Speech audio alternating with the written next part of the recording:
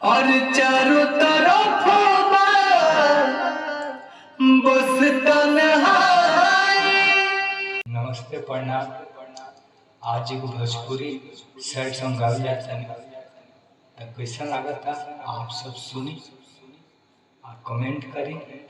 हमारे सूरज Kushwaha official channel के share करी, सब्सक्राइब करी। तो आई आप सब सुनी। और चारों तरफ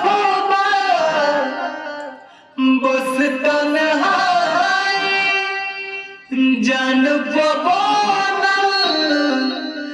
बाटे जुदाई। दर्द बाटे तोहर तुम साथ नाई खू, अरे दर्द बाटे तोहर तुम साथ नाई खू। जिंदगी से चार गइलू, दिलवे से जात नाई खू। और जिंदगी से चार गइलू, दिलवे से जात नाई खू। रहे किस्मत के का मंजूर हो, जेके चाहनी उहे भइल दूर हो। रहे किस्मत के का मंजूर हो, जेके चाहनी उहे भइल दूर हो। आज दिल के बुझत जज्बात नाई खू, अरे आज दिल के बुझत जज्बात नाई खू। अरे जिंदगी से चार गइलू,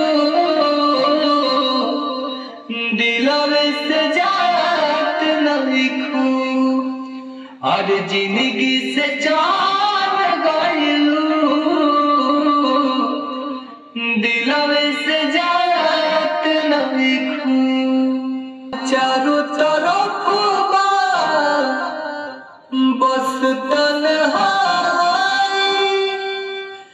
जान पवन बाटे जुदाई। दर्द बाटे तोहर तुम साथ नाई खू, और दर्द बाटे तोहर तू साथ नाई खू। और जिंदगी से चार गइलू, दिलवे से जात नाई खू। और जिंदगी से चार गइलू, दिलवे से जात